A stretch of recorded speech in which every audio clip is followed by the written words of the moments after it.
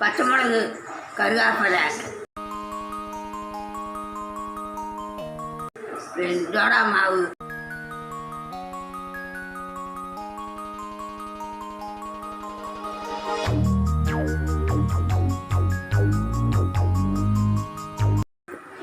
கடலை மாவு போட்டு பெஞ்சு போடணும், எண்ணெயில் போடணும். இதை போடணும் பாரு.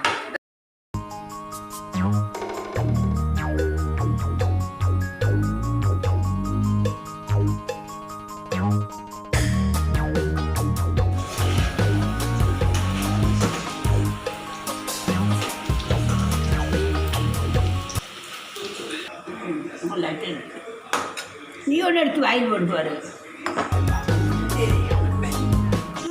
பக்காவடை, வெங்காயம், பச்சை மிளகு, கருவேப்பிலை தழை, கடலை மாவு எல்லாம், கடலை மாவு, ஜோடா மாவு,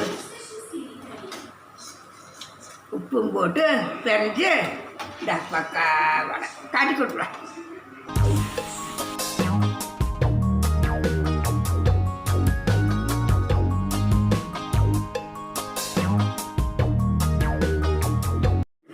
எண்ணெயில் போடணும். இதை போடணும் பாரு.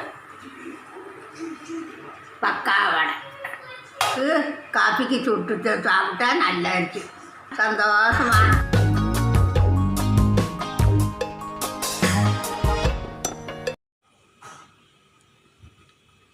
பாட்டி செஞ்சு நல்லா இருக்கு. பாட்டி செஞ்சு நல்லா இருக்கு. டேஸ்டாக இருக்கு. நீங்களும் சாப்பிட்டு பாருங்க.